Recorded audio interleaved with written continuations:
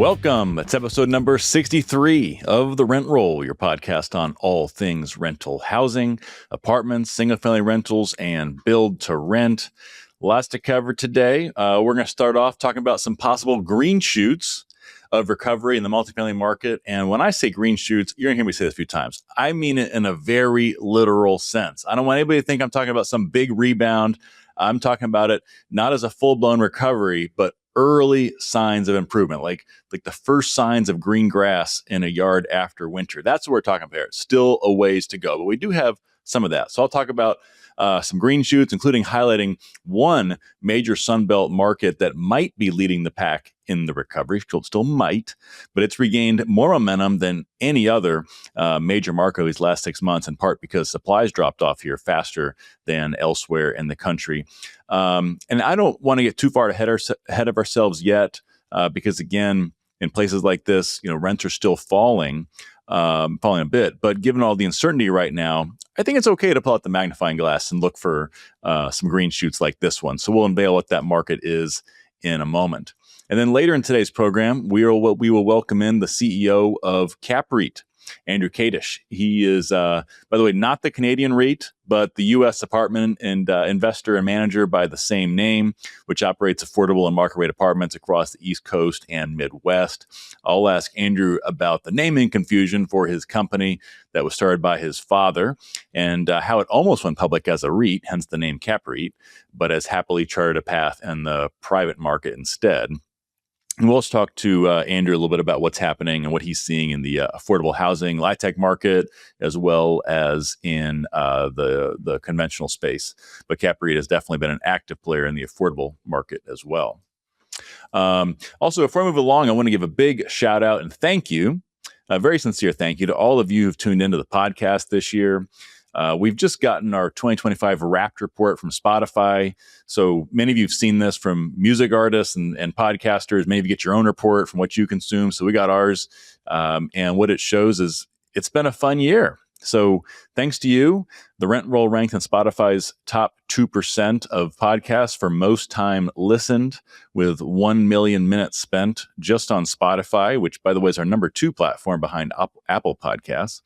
And also on Spotify, the Rent Roll ranked in the top 1% for most shared shows.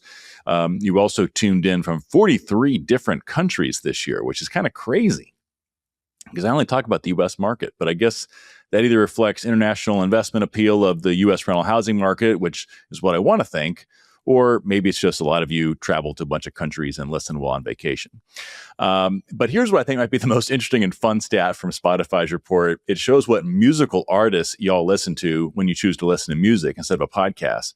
And you've got some eclectic tastes. Top 5 artists were Morgan Wallen, Taylor Swift, Zach Bryan, Drake, and Bad Bunny. So anyway, big thank you to all of you who've tuned into the podcast this year and made the podcast part of your routine. That's a huge honor for me. It's not something I ever aspired to or even thought about, but certainly humbling to think about and to see the great data from Spotify and elsewhere. So also got to give a big shout out to the producer of the Rent Roll podcast, Tyler Lambert, for making all that happen, handling the production behind the scenes. And also a big thank you to all the companies who helped support the show this year, starting with JPI, Madeira, and Funnel, as well as many others. And so let's do that right now. Big shout out. Thank you to JPI, a leading apartment developer with stated purpose to transform building, enhance communities, and improve lives. Thank you to Madeira Residential, a leading apartment operator and owner in Texas. Check them out at madeiraresidential.com. And also thank you to Funnel, the AI and CRM platform that sponsors the interview segment of the podcast. All right, so let's kick it off.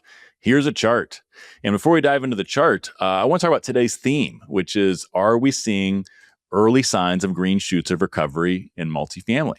And again, I told you I'd say this multiple times. I'm going to say it because I know someone's going to say, Jay, you're getting ahead of yourself. So I'm going to just reemphasize, double down what I said earlier. A green shoot is just that. It's not a rebound. It means an early sign of one. Maybe the beginning of a rebound. You're starting to jump a little bit, but you're not really up in the air. It's literally, again, referencing those first green blades of grass coming out of the lawn after the cold winter, or the first spring leaves coming out of the tree following the fall and winter. So that's what we're talking about here, green shoots.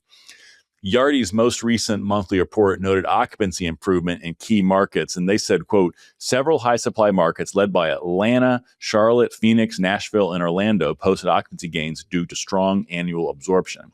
Even Austin and Denver, which were flat year over year, managed to avoid declines. So that's progress, right? And then over the last round of REIT earnings calls, I've already covered this one a bunch in the REIT recap. But if you missed it, it was the same message. And one market in particular that earned a lot of shout outs in those calls is one that we see in the data as well, which is Atlanta. And so again, there's still a lot of ground to make up, but across Atlanta and some of those other markets, we are starting to see some green shoots. So let's look at this one. This is our Atlanta is an interesting one, and particularly because it's ironic. Some of you Atlanta folks will remember the infamous Wall Street Journal article a few months ago that announced Atlanta was basically dead and everyone was leaving. And of course, that was never actually true. Atlanta certainly isn't growing like it was in the 1990s, but that's been true. That's been the case for a long time. That's not a new thing. And it's still a growth market, particularly in the more desirable submarkets. So here's the Atlanta data point that really jumps out. And so for those who can see this chart on the screen, we're showing rent growth in Atlanta, year-over-year effective rent change. It's still negative, but the pace of decline has moderated faster than anywhere. It's moderated from nearly negative 5% rent cuts back in the summer of 2024. Then earlier this year, it was negative 3.5. 6 months or so ago, it was 2.5 in the negative. Now we're about negative 1%. And in terms of momentum of these last 6 months, that's improvement of 170 bips in rent change. And that's the best improvement or best momentum improvement among all the top 50 largest metro areas. Even San Francisco. And obviously, San Francisco is seeing a lot more actual rent growth. But again, I'm talking about momentum here, the change in the change. And that momentum correlates with a big drop-off in new supply across Atlanta. Still work to go here, still supply to work through, yes, but we're past the peak and coming down fast. And maybe that becomes the pattern that we see in other Sunbelt markets before too long as well. So the drop-off in supply is part of the story, as is demand. We're seeing units in Atlanta start to lease a little bit faster. Nothing like 21 and 22, of course, but the number of average vacant days between leases has improved in the last couple of months, each of the past couple of months compared to the same time a year ago. Another market nearby that saw similar improvement was Charlotte, by the way, although not quite the same degree yet of improvement on the rent side. So again, that's an early sign of the pattern that everybody's looking for: lesser supply, lesser availability, and then some leasing momentum, and then finally concession burn off and rent growth. So maybe, again, it's a green shoot. I don't want to oversell it, but maybe we're starting to see that in Atlanta and elsewhere. So still ways to go, but the incremental improvement appears to be helping support the gradual pullback in the depth of rent cuts there. Other markets seeing some improvement in rents. Again, still mostly negative rents, but the depth of rent cuts has moderated in places like West Palm Beach, Memphis, Jacksonville, Fort Lauderdale, Orlando, Virginia Beach, a bit in Dallas-Fort Worth and Nashville too more recently. As well as, of course, that's outside of Sunbelt. We have to talk about the continued momentum in places like San Francisco and San Jose, which are, by the way, the only big coastal markets with accelerating rent growth levels over these last 6 months. So in most of the rest of the country outside the Sunbelt, we've seen rent growth levels have either cooled off a little bit, particularly in places like DC and Boston, which we talked about previously, or they've started to try to level off. But San Francisco continues to be, and San Jose continues to be the exception, given the late recovery and the continued momentum there. So, but that is kind of overall, though, a big plot change here. The coastal and Midwest markets, they're still outperforming on rent growth, of course, a lot less supply to wrestle with. But as supply comes down, the momentum, not the rent growth leaderboard, but the momentum is now shifting in favor of these higher supplied Sunbelt and mountain markets. So again, I'm going to emphasize this once again. In a lot of these Sunbelt and mountain markets, rents are still falling, but to a lesser degree. We still see big rent cuts in places like Austin, Denver, Phoenix. So it's not like that's magically gone away. But again, the pace of cuts has moderated a bit, even in those spots that have been particularly hard hit. No one's out of the woods, even Atlanta. A lot of new products still to absorb, long lease-up processes, given all the supply competition, the 50-year high in supply. But hey, we're looking for green shoots, right? And and that's okay. That's saying that there's a lot going on right now, a lot of uncertainty in the market. But there's also been a lot of supply, a lot of nervousness about both the economy, but also just wrestling through all the supply. And so, we're looking for kind of direction. Where's the market going, good or bad? And so it's okay to, again, pull out the magnifying glass and look for some of these signs. But I want to reemphasize the path to recovery and actual rebound. It's going to be bumpy and it's going to be uneven. So even though we're seeing this improved momentum in Atlanta, it wouldn't be surprising to see a little bit of loss momentum and then regain momentum. So that 2-step forward, 1-step back process. And it's going to be different across markets, even in the same states. It could be different from one place to the next. The same market, different submarkets will be going in different patterns. I highlighted some of the markets I highlighted earlier, was showing some signs of improved momentum. A lot of them were in Florida, but it's not universal.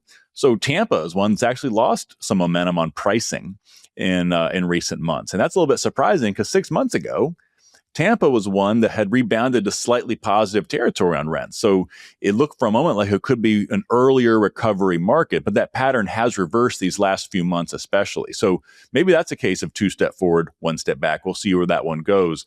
But again, I just doubling down on that point. Green shoots, looking for signs of momentum. That momentum is shifting more in favor of the Sunbelt and the mountain markets. Ultimately, though, we need to see at least moderate economic growth to sustain that pattern. And so we'll see how that plays out. Stay tuned. We'll give our 2026 predictions here in the next couple of weeks. Next up, rental housing trivia.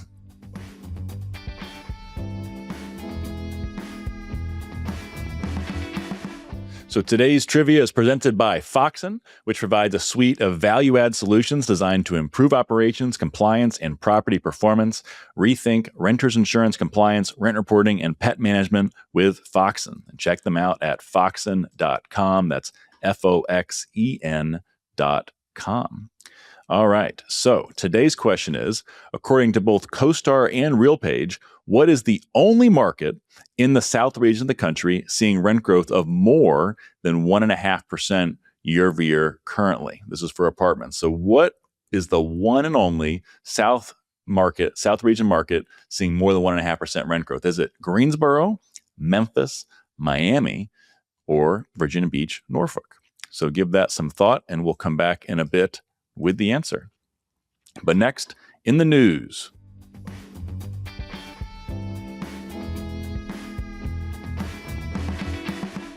All right. In the news, of course, when we highlight headlines that touch on topics impacting apartments and single-family rentals. And today's in the news segment is sponsored by Authentic. If you've got a property that's underperforming and you can't quite figure out why, check out their multifamily leasing and marketing audit. They'll dig into your pipeline, leasing funnel, and comps and tell you exactly where things are breaking down, plus strategy and how to fix it.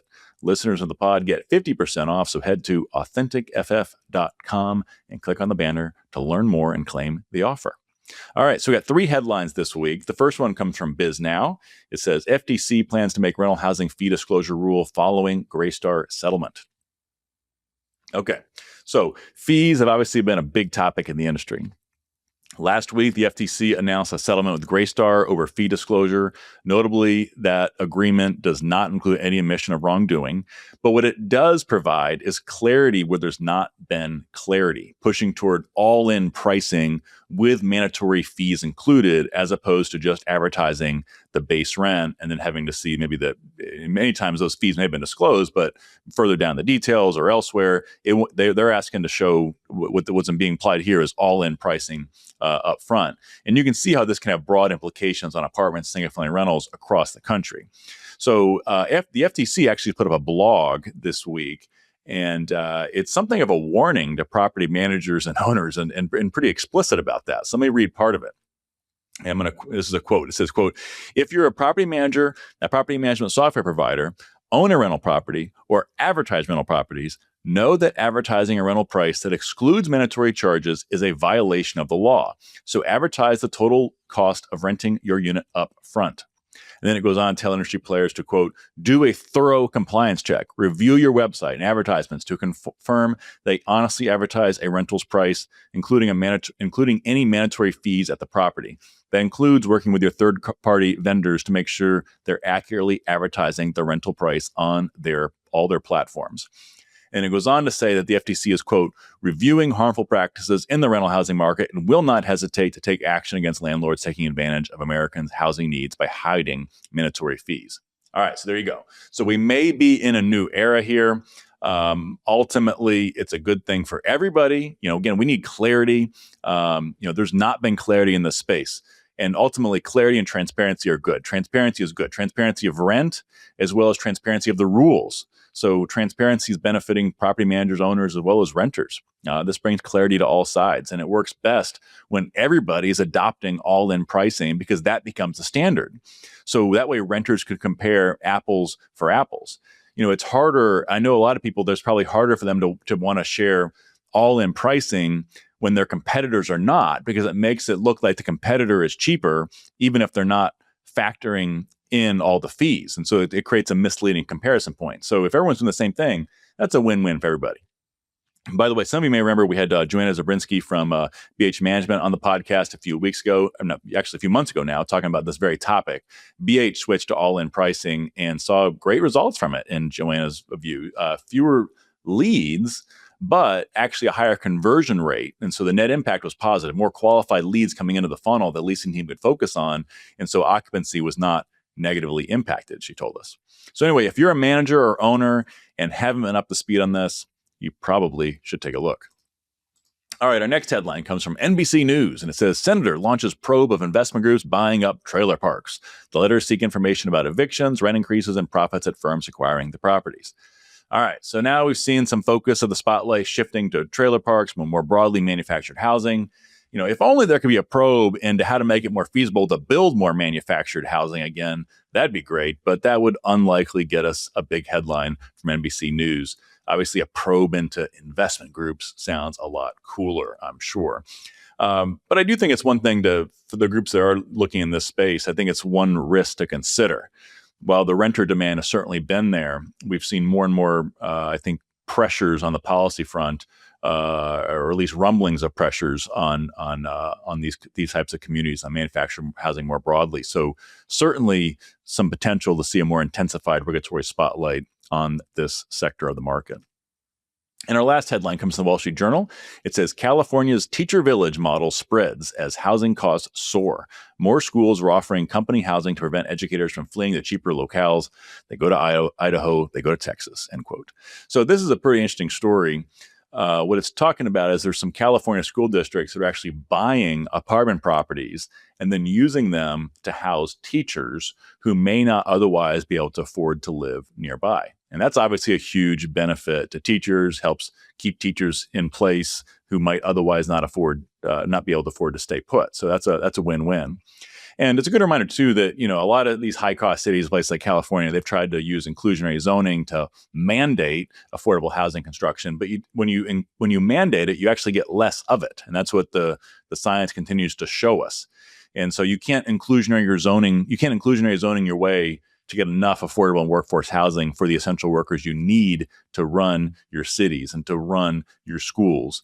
You need to put your money where your mouth is in one way or the other, whether it's property tax abatements and partnering with the private sector, or an outright acquisition development for a property to house essential workers like what we see in this article. So anyway, regardless, you got to put your money where your mouth is. If it's a priority, make it happen. So kudos for those who are doing it. All right, next up, new digs.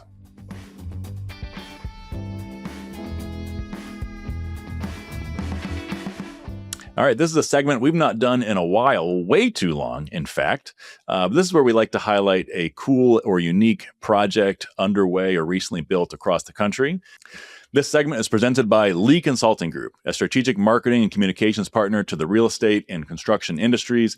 LCG helps companies elevate their brand, strengthen client relationships, build stronger teams, and win more work through clear messaging, industry-focused strategy, and high-impact marketing tools. Learn more at thinklcg.com. All right, so today's new digs is Waterworks Village in Atlanta. Just had its grand opening last week. It provides 100 units of permanent housing for previously homeless individuals, as well as others who are struggling to find safe housing. And it also provides job training to get folks into the workforce, plus medical and mental health care for those who need it. And according to Axios, the article in Axios, it is the first modular multifamily development to open in the city of Atlanta, which is pretty cool. Always like seeing different types of construction get done, and good to see that happen. So the apartments are 250 square feet each with a bathroom. They are built at an average cost of $170,000 per unit, which again, it's a small unit, but that's a pretty good price for city-backed affordable housing. In LA, it probably costs 5 or 10 times more to get that built. And these modular units were built in South Carolina and transported down to Atlanta. So encouraging project, and certainly hope it's a big success. All right, let's get back to today's rental housing trivia question. The question again was, according to both CoStar and RealPage, what is the only market in the South region of the country seeing apartment rent growth of more than 1.5% currently? Was it Greensboro, Memphis, Miami, or Virginia Beach, Norfolk? And the correct answer is D, Virginia Beach, the Tidewater area. It actually, CoStar has the Tidewater area at 3.3% rent growth, which they have as number 4 in the country. RealPage shows it at 3% even, which is number 5 in the country in their data. Either way, that makes the Virginia Beach, Norfolk area the first market in the South region to crack the top 5 for rent growth in quite some time. That list has been dominated by Midwest and coastal markets for, it seems like, at least 2 years now. So there you have it. Virginia Beach on the up and up. And it's a beautiful spot, by the way. If you've not been there, beautiful, beautiful area. Nice. You have some parts that are very historic. And of course, you have the beautiful beach of Virginia Beach and elsewhere. Hasn't seen a ton of job growth, but also hasn't had much supply growth at all in recent years. So it is one that tends to fly below the radar. All right, next up, it's time for today's interview, sponsored by Funnel, the AI and CRM software trusted by 4 of the 6 major REITs and many more leading operators like BH and Cortland. To learn how Funnel can help your property centralize operations and automate everyday tasks, visit funnelleasing.com. And our guest today is the CEO of CAPREIT, based in Maryland, operating as an owner, developer, and third-party property manager of affordable and market-rate apartments. Andrew and his sister Jennifer took over leadership of the company from their father, Dick Kadish, who formed CAPREIT back in 1993 and grew it to a portfolio of about 15,000 units. And today, CAPREIT has a presence across the East Coast and the Midwest, heavy in the Mid-Atlantic in particular, but also down into Florida. So here's my conversation with Andrew.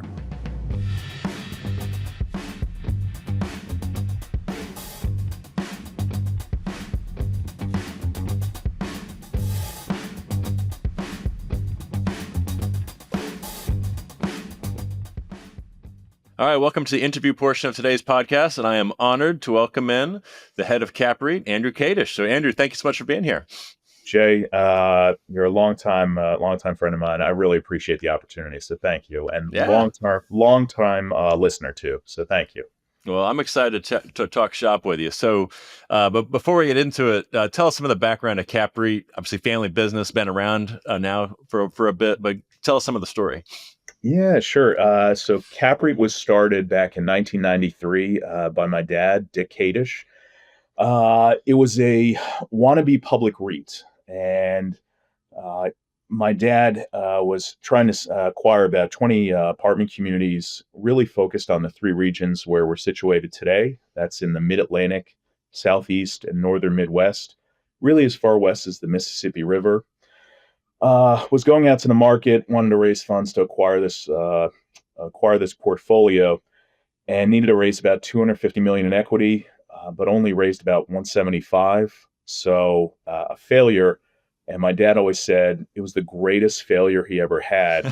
But he kind of didn't know it at the time. Like he was freaking out, legitimately. Started talking with a couple of the big names at the time, Sam Zell, who we had gotten friendly with. When my dad was approached by Apollo, so Bill Mack and Richard Mack, Lee Nybart, true New York City real estate titans. And what they said to my dad is like, my dad went by the moniker Dick. They're like, Dick, you just came out at the wrong time. We'll hold you for a year. We'll provide you seed funding to start the company. And then you'll just take us out next year in the second YPO, the successful one. So my dad, got seed funding from Apollo, got debt from CS First Boston, acquired those 20 apartment communities, started operating. Well, about 3 months later, he sends the first quarterly distribution check. It was a 23%, 24% cash on cash. And Bill Mack calls up my dad and said, respectfully, I think I'm allowed to say this, screw the IPO. You're our baby. Jay, the only problem is, and this is a problem that still affects me to this day, is everyone kind of knew my dad as CAPREIT by that time. We are not a REIT, but Yeah. every Tuesday I still get a call like, Andrew, what do you think of that new REIT regulation? I'm like, I don't know what the heck you're talking about, man. So we are just a privately held family company. But we're probably going to change the name of the company tomorrow to like Andrew Inc., or something like that. But for now, we'll stick with CAPREIT. All right. So a related question then. I'm sure anybody who Googles CAPREIT, they realize there's another CAPREIT, like a Canadian apartment REIT. So how much confusion and headaches does that cause for you? None at all. I don't know what you're talking about. Yeah. So it turns out I get many Google reviews about how Andrew Kadish owns an apartment community in Montreal, and I didn't fix the toilet, the sink. And I'm like, I swear to God, number one, I wish I spoke French. I do not speak French, but I go through Google Translate and I find out like I'm kind of like, a terrible landlord up there in some of these apartment communities. It's not us, I swear to God. And they are the biggest REIT, up in the multifamily landscape up in Canada. We have nothing to do with those guys. So it lends more credence to probably changing the name to Andrew Inc. or something like that. But no, nothing to do with us. Yeah. So do they come later? Honestly, I think it was like around same time. But Okay. you know what?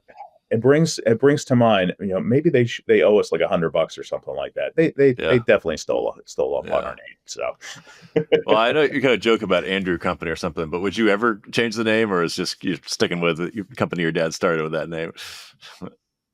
it's we are a true family company, so I'm second generation. Yeah. Family leader. I have my president is my sister, Jen Yeah. Cassell, who is incredible leader. And we have spoken about it. Like, do we change the name? Because, there is some confusion in the marketplace sometimes. I do get asked at conferences, are you based in Toronto? And for us, I think, we have always lent upon, we have 32 years of history, led by my dad, for the first, 20 some odd years in the company. And then with myself at the helm since 2015, I think we have such cachet and reputation in the marketplace that we want to stick with the name. So we'll be CAPREIT forever. All right. So, Andrew, you talked about this a little bit earlier, but just tell us a little about the portfolio in terms of asset types and geographies. Oh, sure. My pleasure. So right now we stand at about 12,000 units, 50-50 in terms of, we are vertically integrated, but 50% we own and operate. And then 50% we manage apartment communities for third-party clients.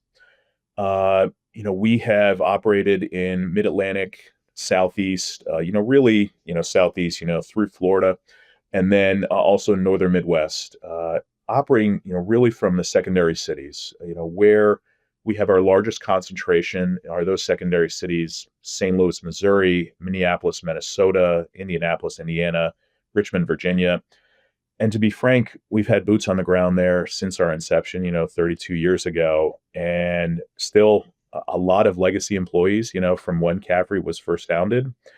We really feel like we know those markets, and you're never going to see us in New York, LA, Miami. It's just, while we love vacationing in those spots, it's, number one, there's some great operators there already. Number two, we have always been a yield-driven investor, and feel that, with the installation of that boots on the ground that we've had for over 3 decades, we know these markets well. We think we can deliver superior returns in what traditionally Wall Street it will never be on the front page of a Wall Street Journal, but it's been delivering, solid cash on cash forever for us. And we're not subject to the extreme lengths of where a Miami or a Phoenix, or an LA might go to. A St. Louis is a perfect example. It's never going to go that high. You're never going to see an explosion of St. Louis, but it's also never going to be down in the doldrums. It delivers solid, steady returns, and that's what our investors like to see. Absolutely. And speaking of the Midwest and also the Mid-Atlantic, the story for the industry has been those have been the steadier, better markets these last few years. Is that still the case? You still seeing that? Or are you seeing any softening in the Mid-Atlantic lately due to Doge and federal layoffs, et cetera? That's when Trump initially came in, when we were talking about Doge and with Elon in the fold, there was significant worry, in the marketplace. We have a strong Northern Virginia portfolio. We also have heavy presence. We are headquartered. I run things from Philly, but our headquarters is down in Bethesda, Maryland, with a lot of the team down there as well too. A lot of apartment communities down in Maryland.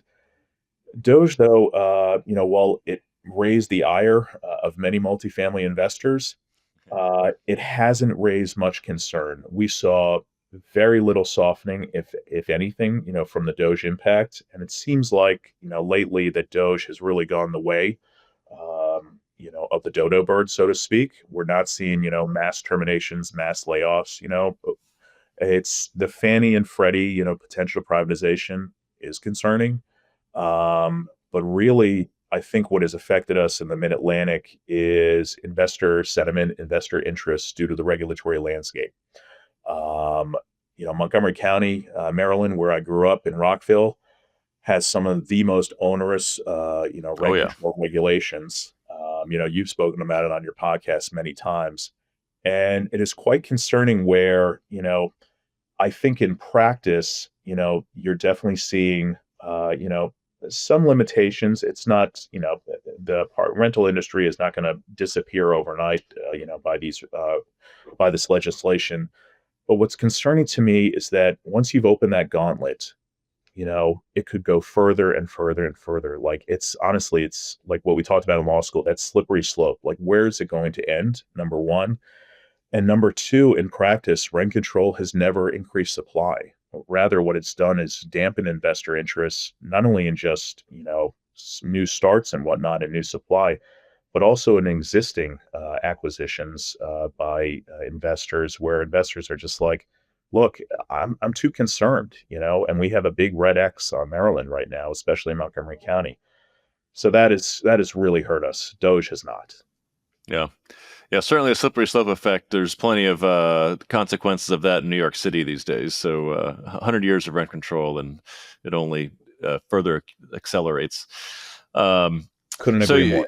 Yeah. So CAPREIT, you guys operate affordable as well as market rate. At a high level, what differences are you seeing in the trends between, true uppercase A affordable housing and market rate housing? Yeah, I mean, I think it's what has been surprising to me, and this I think occurred with going through COVID, and then especially now, while we've seen a little bit of softening, in the market rate communities that we have, we're about 50% market rate, 50% capital A affordable, and specifically LIHTC, we have a true specialty there. We haven't seen so much of a softening in the LIHTC landscape. There's certainly some jitters, but no true softening of what we've seen, in the market rate landscape. So, little to no impact. Rather, our residents, have been paying rent. What we have seen is definitely that consumer confidence, with that going down, retention has gone up across our portfolio, whether it's capital A affordable, whether it is market rate. People are staying, and they want to stay. And I think you said it many times, and I've heard it from many others, but Jay, I'd love to quote you too, but it's, in times when consumer confidence is low, what does that lead to? And it's essentially, it's to stay idle. You crave that comfort. And so people are not moving nowadays. Like our number of applications at both sectors, both market rate, both capital A affordable, you're not seeing as many new customers coming on in. However, your occupancies, we haven't seen a real true softening whatsoever. Yeah. People are staying. That retention number is quite high. That's good. So you mentioned rent collections, and I want to ask you about this because I recently shared from the actual REITs, the publicly traded ones, the not the companies in and of as REITs, Not the the fake ones like not the CAPREIT. fake, Yeah. yeah, the real REITs that their rent collection numbers, renter health was still really high. And I got some on social media, some cynicism about that. It's like, well, it's because those guys are top of the market, upper income. Like there's a lot more challenges among, lower income renters, affordable renters. And so you're in that space. And so I want to ask you is like, do you see challenges among current renters, any kind of signs of financial trauma among renters in affordable housing right now? We have not seen much, Good. coming. And when we're focused on, the capitally affordable renter, we operate in about 18 states right now, and about, more than half of those, we operate, capitally affordable. We're not seeing, a dramatic softening. We're not seeing, initially, during the initial COVID impact, during those first few months when, unfortunately, so many people, especially in the lower income sector, lost their jobs, fast food workers and whatnot. We definitely saw that. But, we have not seen that lately. And, You're talking about during like COVID timeframe? during the COVID Yep. timeframe, we definitely saw some softening. People just unable to pay their rents. Yeah. We're not seeing that nowadays. People are paying their rent. There is definitely concern from a lot of our residents about when's the next shoe going to drop. Is this economy headed into a downward spiral? God forbid, but is it headed downward in a downward spiral? And I think it's that uncertainty, that volatility. It's not just affecting, investor interest on the multifamily landscape, but rather it's those renters as well too, where it's just like, okay, like I have my job for now. I have some comfort for now. I have some stability for now. What's going to happen next month? What's going to happen in early 2026? It's that volatility that is very concerning. Yeah. Yeah, that's legitimate concern, and hopefully we work our way out of that, and the confidence goes back up. We'll see. Um, Andrew, you mentioned that you're seeing still good steadiness in your LIHTC portfolio, low income housing tax credit, the capital A affordable housing. I was in some of these Sunbelt markets. In fact, I was recently with a group in Florida, and they're talking about this at length. What's happened is there's been so much supply that the class C rent, the upper income class C renters now moving up to the Bs, the B renters moving up to the As, and the lease ups as well. They're all chasing concessions, and the ones who are in good shape are able to make that move. At the same time, and that's causing rents to fall down only in these high supplied markets, by the way, and the whole filtering effect. And then so the LIHTC operators, some of them are saying, we're having a hard time because now we're competing with market rate properties because the incomes have gone up, AMIs have gone up. So the 80% of AMI, 100% of AMI is now higher, but now they're competing with market rate, and that's creating some challenges in the LIHTC side. So I'm curious, are you seeing anything like that, and what do you think is kind of driving that issue? I think if you had asked me about a year ago, we were all talking about it probably in November, December 2024. Absorption is going to be happening. It's going to be happening at a rapid clip because the starts are going down, and we're going to be done with the absorption issue. Probably late 2025, and it's survive until 25, and then 2026 we're going to skyrocket. I think what is just really surprising to me is how slow the absorption has been taking place. We expected a absorption to be occurring at a much more rapid pace. It hasn't, and I think it's because of what we mentioned or what we were referencing just a couple minutes ago in our conversation is that it's just that steadiness.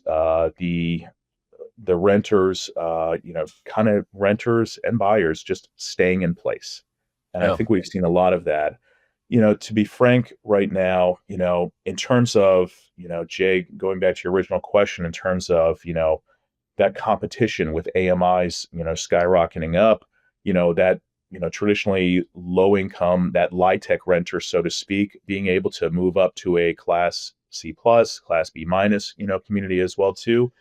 Haven't seen too much of that. Rather, what we've seen is just I'm happy in my community now. I understand there's opportunities out there, but I want to stay put for now. So we're not seeing too much competition, at least in our sectors. Yeah, that's good. Yeah, and I think even the spots where it's happening, and I know you know this. I'm just saying this more for the broader audience here. Is that I recently saw an article. I talked about this in the podcast once about in Seattle, and they're saying, hey, that rents are LIHTC rents are comparable to market rate rents in some cases for the lower part of the market, and so therefore we don't need as much LIHTC, or we need to be at 40% AMI for LIHTC. And I think a lot of people don't understand. Obviously, you do. Is that this is a temporary phenomenon. As soon as these markets recover, those rents are going to rebound back up. And so, I really hope that in these higher supplied markets, the policymakers don't make some bad decisions based on a very temporary, permanently bad decisions based on a temporary phenomenon, if that makes sense. It sounds like the two of us don't have full faith and trust in our policymakers to come up with great affordable housing policy. The hell you say. So Yeah. yes, it is quite a concern of mine and probably yours, Jay. I would assume that often what is happening is that the latest, social media trend or whatnot, in terms of, and you're hearing about it more and more and more, that buzzword of affordability.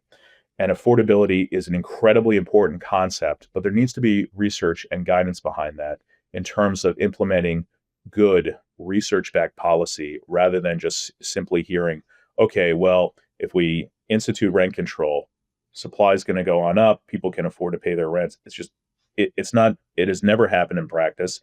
We just had the experience, in St. Paul, several years ago, and we have a very strong Minneapolis presence, Minneapolis-St. Paul presence. But you saw, like, literally, it was kind of like the day after that those rent control regulations were imposed, all the development permits were immediately pulled. And so, despite what we've seen over and over again, rent control has been proven to be just an ultimate weapon against affordability. Oh yeah, no, I find it so ironic about the St. Paul and Montgomery County examples is like developers are like, hey, if you do this, like before the vote, it's like development's going to go away, and the advocates are in control, like they're bluffing, they want to be, and then they pull out and they're like, well, this I can't believe they're doing this. It's like, What well, happened? they told you they did. Oh my God! Like, hey, honestly, they should have asked, Andrew and Jay there, if I can speak about myself in the third person. But yeah, they should have asked us. That would have been nice. So let me ask you, obviously you're intimately familiar with LIHTC. And so one thing is I get asked a lot about, and they'll say, okay, Jay, I get it. Rent control's bad, but like, what do we need to do? And so if you had, a magic wand, like what can, at a high level, what can we do to properly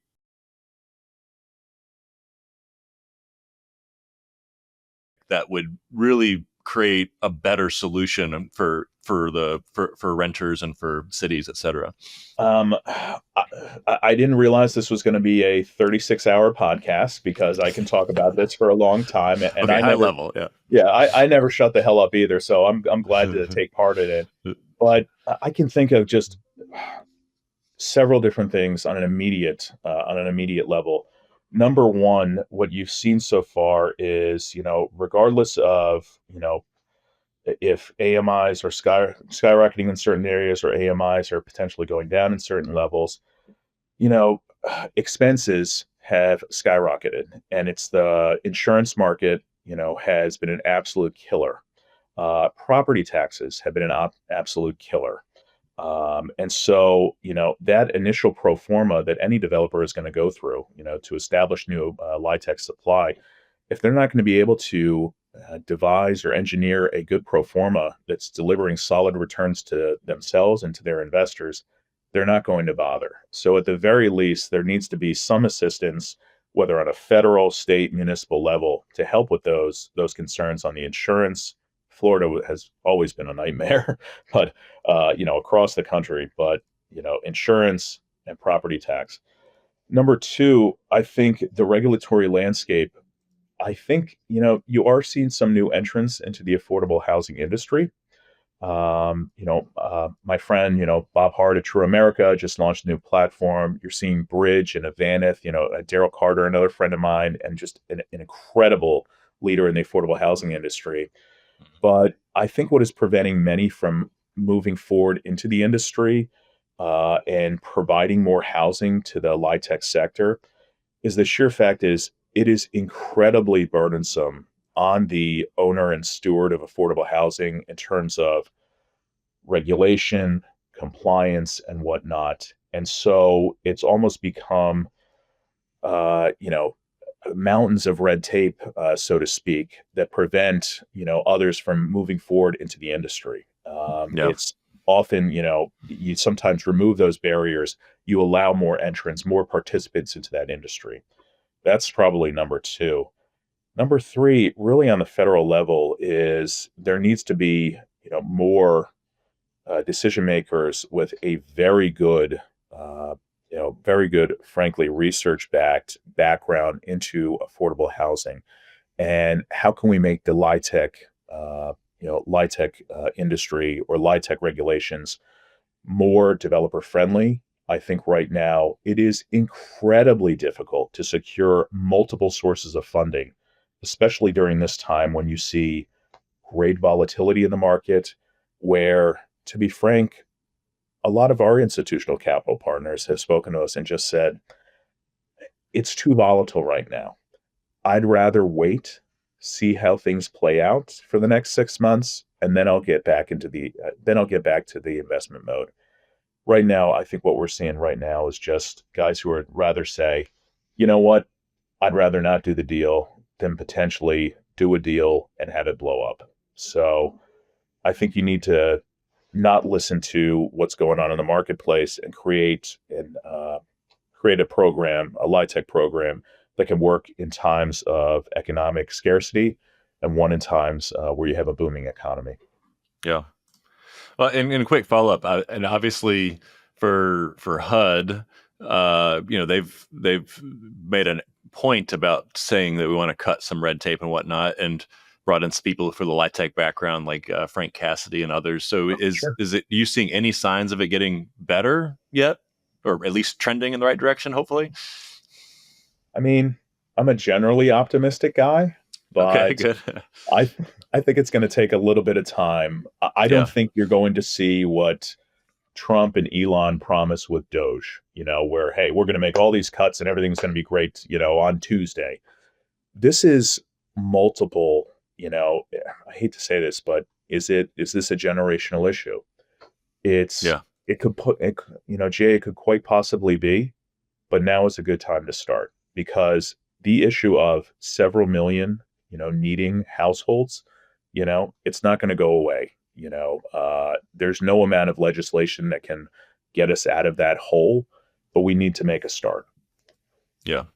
Yeah, that's a good point. I think also too, when you think about like housing policy, it's been such a, band-aided approach for decades, right? Across presidential administrations and parties and everything else. Like it's everybody wants to like blame one thing, but it's complicated, right? So to your point, it's probably gonna take some time. It's incredibly obtuse. There is no black and white. It's opaque, and it will take a tremendous amount of time. And I think that the policies that will be instituted now, you know, rent control is a perfect example. There's good heart behind it. There's not good thought process behind it. It's you are appealing to, a social media or what you hear on television rather than good research-backed science, behind it. So, well, yeah, I mean, you've heard me say this all the time, but I just think that it's the least compassionate thing you can do for people in need is peddle them disproven science and say this time it'll be different. And I feel like it's the days of the snake oil salesman, and that is incredibly frustrating. Being a participant in the industry right now, when you have methods that have been shown and proven to not be effective, and to keep on peddling them out there. That's why I use that phrase, the snake oil salesman, once again. But and it gets not. I think it's uncompassionate because you're telling people it's going to be better when obviously it's not. So it's not going to solve anything. Yeah, I think you're solving for a headline, and that's it. So yeah, we get some political points. Yeah, it's a wonderful headline, but does it do anything in practice? No. In fact, it destroys. Yeah, it makes things worse. Yeah. All right. So, Andrew, you mentioned, I want to double down on something you just mentioned earlier. You mentioned there's some new, some consolidation in affordable housing, some big names coming into the space as well. And we're seeing this across property management as a whole. Like ownership still fragmented, but property management, we're seeing more consolidation, and especially in affordable. And so, you guys are, very much kind of a mid-sized player. You're not small by any means, but you're not the behemoths either, the 100,000 plus. And so, how do you compete as a mid-sized company in this new era where there's, more consolidation? Yeah, I think it's starting with, you'll have some, named industry players, the ones that everyone knows, the Gray Stars of the world, Morgan Properties. I'm based up here in Philadelphia. John Morgan's a friend of mine. He's an awesome, awesome individual, just a great, great guy. But I think what you're seeing now is, also private equity, moving forward, and acquiring property management companies, and doing it as more of a roll-up play. Hey, if we operate 100,000 units, a million units, we're going to scale up. And, frankly, we have the budget to afford every single prop tech innovation, and our employees are going to be that much better. We kind of see things in a different landscape. Is there truly space for the 10,000 unit to 25,000 unit owner? I would argue, and our thesis is, there absolutely is. To be frank, we're 12,000 units now. We would love to double in size to about 24, 25,000 units. And our thought process, why we don't want to be 100,000 units, is we believe that we can create bespoke, individually tailored, customer-oriented experiences, not just for our residents, not just for our employees, but also for our investors as well. We can give that time and attention to all of them. You talk about, the prop tech budgets, of the Gray Stars of the world, and yes, they have their own zillion-dollar departments of technological innovation, and believe me, it's pretty cool, like some of the stuff that they're doing. What we have found, though, is that if you overwhelm that employee with so many prop tech, and especially in the dawning of the age of AI, so many AI tools. I spoke about this before at another conference. AI is promised, to revolutionize every single experience of your life, where AI can be, create you a better toothbrush, and you're going to have better dental dental health because of AI. What we have found, though, is that you often overwhelm your employee, you overwhelm your associates because you're just throwing the latest at them. We think we can operate more effectively with a more simplistic tech stack. One where it's essentially, 5, maybe up to 7, prop tech innovations, prop tech software implementations, applications, in order for that employee to operate at their highest efficiency. If you Yeah. overwhelm someone, it's just too much. And the natural inclination is just say, I can't handle this. This is just too much. So from that mid-tier player, that 10,000 unit to 25,000 unit, I think it's a couple things, just summing up. Number one, it's providing that individual, bespoke, customer-oriented solution to our investors, to our residents. Number two, it's being able to operate even more effective than those with zillion-dollar tech budgets, because providing that simplistic tech stack, I think is just will make our employees and our engagement that much more effective moving on forward. So despite all the consolidation you're seeing, we're very happy with where we operate nowadays. Yeah, and obviously there's a lot of groups like yours who've been successful in that category as well.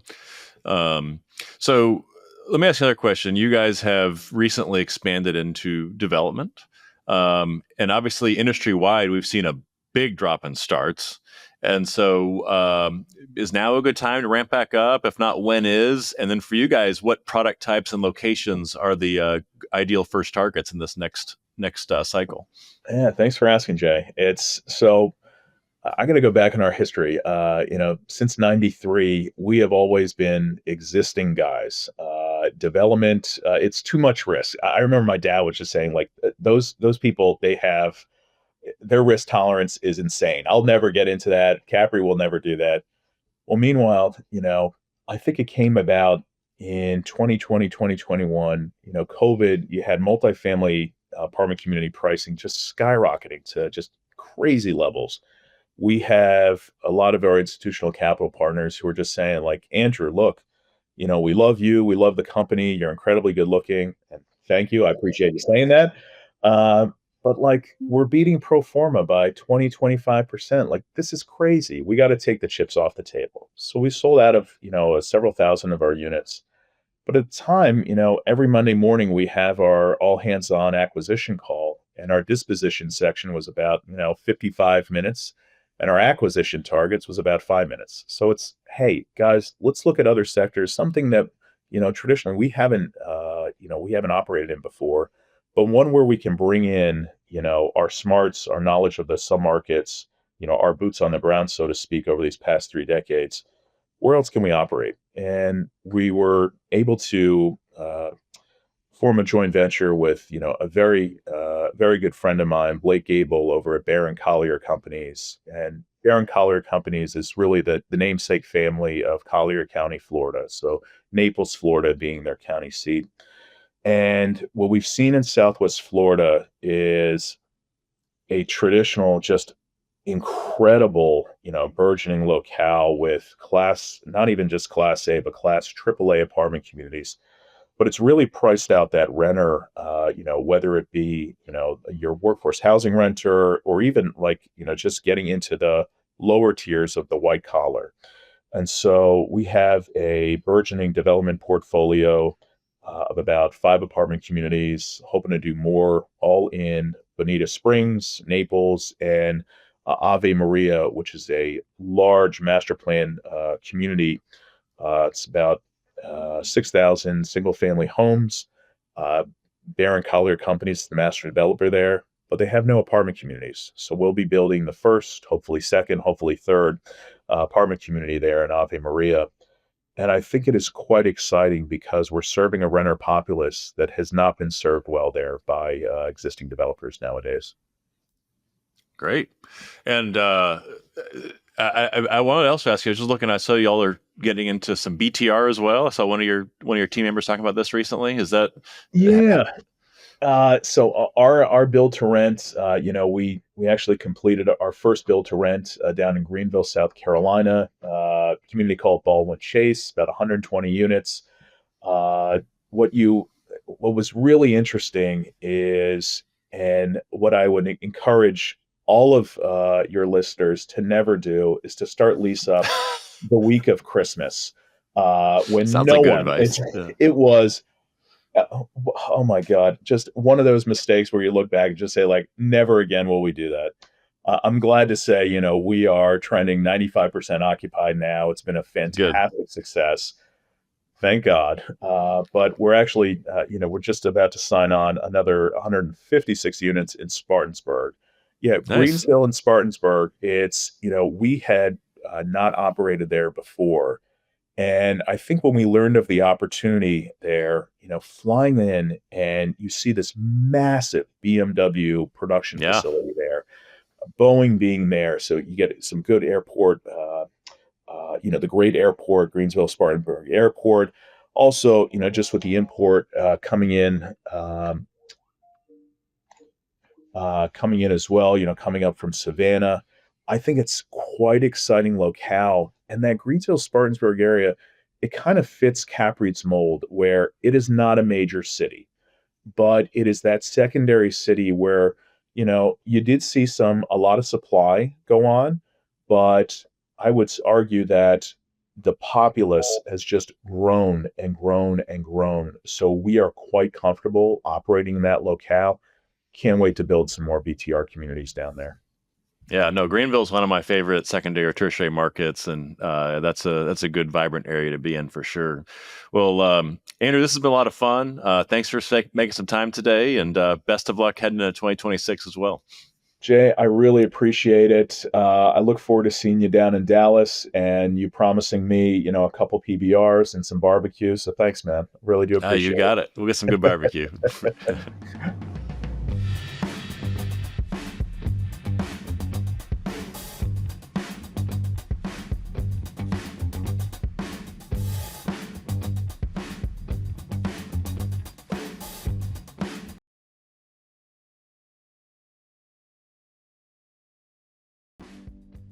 And that's a wrap for episode number 63 of The Rent Roll. Big thank you to JPI, Madera, Funnel, Foxen, Authentic, and LCG Consulting Group for sponsoring today's episode. And thank you to all of you for spending part of your day with us. We'll see you next time.